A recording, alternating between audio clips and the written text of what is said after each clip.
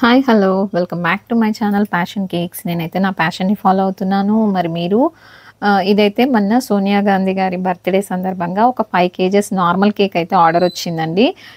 Cake batter preparation తర్వాత మిగతా process అంతా కూడా నేను లైవ్లోనే చేసి చూపించాను. ఆ లైవ్ అయితే మీకు కింద డిస్క్రిప్షన్లో ఇస్తాను, ఓకేనా.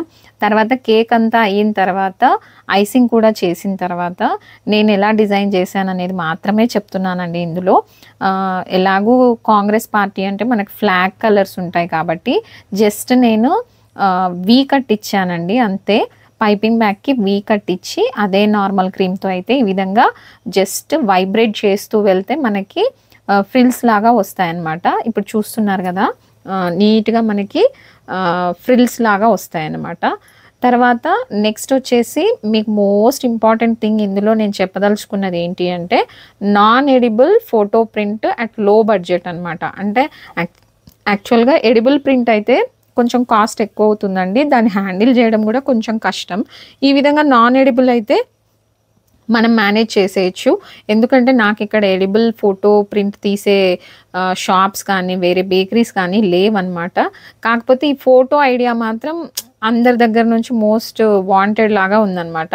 దానికోసం అయితే ఈ విధంగా నేను సోనియా గాంధీ గారిది ఒకటి చిన్న A4 సైజ్ పేపరే అండి. ఇది ఎలాంటి ఎడిబుల్ షీట్ కాదు, ఏదో వేరే పేపర్ అయితే కాదు, నార్మల్ మన A4 పేపరే అనమాట. జస్ట్ ప్రింట్అవుట్ తీపిచ్చాను. దీనికి గాను నాకు ఒక 20 రూపీస్ ఏమో ఛార్జ్ చేశారు, 20-25 రూపీస్ అనుకుంటాను. అయితే నా దగ్గర OHP షీట్స్ ఇవి ఆన్లైన్లోనే కొన్నానండి, అమెజాన్ నుంచి. ఈ విధంగా OHP షీట్స్ ఒక 2 తీసేసుకొని ఇంట్లోనే మనం లామినేషన్ చేసామనుకోండి, అంతే సింపుల్గా మధ్యలో ఆ పేపర్ దానికి ఇచ్చిన పేపర్ తీసేసి ఈ విధంగా అయితే నేను నా దగ్గర ఉన్న A4 సైజ్ ప్రింట్ని అయితే అరేంజ్ చేశాను. చూడండి ఎంత బాగా ఉందో. మనకి అసలు ఇది నాన్ ఎడిబుల్ అంటే ఎవరు నమ్మరనమాట.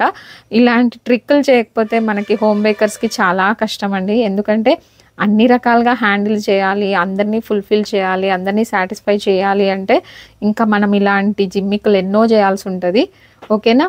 నేను ఒకరిని చూసి ఫాలో అవుతున్నాను, నేను ఇలాగే చేస్తాను అలాగే చేస్తాను అని చేతులు ముడుచుకొని కూర్చుంటే అవ్వదండి. మనము మన స్టైల్లో ఏదో ఒకటి చేస్తూ ఉంటేనే మన స్టాంప్ అనేది ఉంటుందన్నమాట. ఆ విధంగా అయితే నాకు ఈ ఫోటో ప్రింట్ నాన్ ఎడిబుల్ది ఈ విధంగా చేయడం చాలా చాలా ఈజీగా అనిపించింది. ప్లస్ లో బడ్జెట్లో అయిపోతుంది. ఎందుకంటే మనకి ఎడిబుల్ అనేసరికి కాస్ట్ ఎక్కువ అనేసరికి కొంచెం కస్టమర్స్ ఇచ్చే వాళ్ళు ఉంటారు, ఇవ్వని వాళ్ళు ఉంటారు. ఇవ్వని వాళ్ళ పరిస్థితి ఏంటి, ఇలా చేసిస్తే సింపుల్గా అయిపోతుంది కదండి.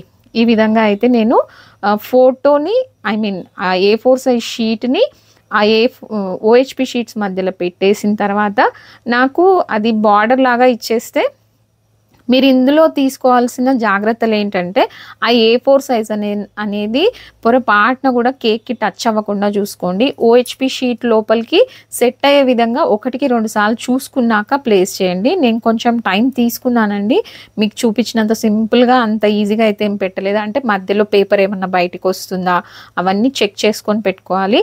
ఈ విధంగా చాక్లెట్ క్రీమ్తో అయితే బార్డర్ లాగా ఇచ్చేసాను. తర్వాత రోజ్ ఫ్లవర్స్ అయితే ఒక 2 చేసి పెట్టేశాను అనమాట. మీకు ఇందులో ఇంకొక విషయం నేను చెప్పాల్సింది ఏంటంటే మన దగ్గర ఉన్న ఆల్రెడీ మీరు ఇప్పుడు చూస్తున్నారు కదా నాజిల్, నా దగ్గర వైట్ క్రీమ్ అయిపోయిందనమాట. Chocolate cream white cream 2 mix చేసి ఈ విధంగా అయితే రోజ్ ఫ్లవర్స్ ఇచ్చాను, ఓకేనా. మన దగ్గర ఉన్న వాటితోనే మ్యాక్సిమం డిజైన్ వచ్చేలాగా ట్రై చేయాలండి. ఏది నాజిల్ లేదనో లేకపోతే ఈ విధంగా ఎలా చేయడము అనేది అయితే ఆగిపోకూడదు అనమాట.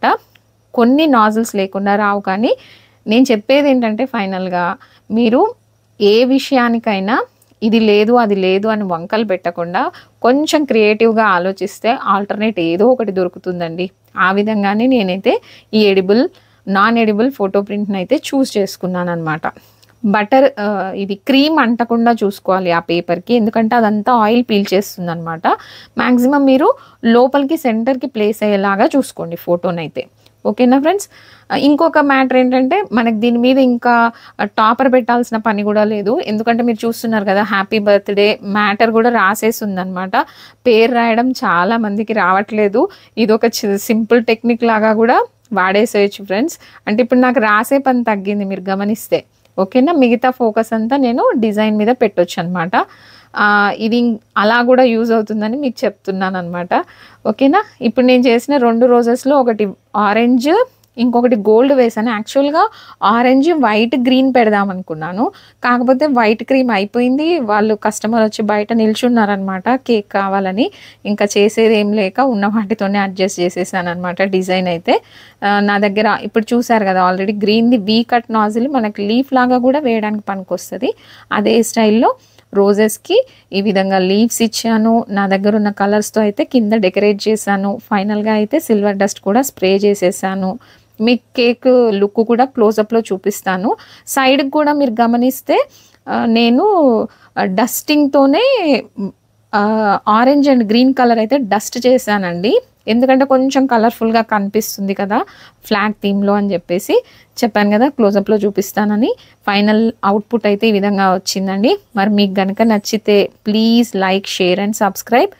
మరిన్ని వీడియోస్ కోసం అయితే నా ఛానల్ చూస్తూ ఉండండి. ఈ రోజుకైతే ఇంతేనండి. మరొక మంచి వీడియోతో మళ్ళీ కలుసుకుందాం. అంతవరకు ఉంటా. Bye bye.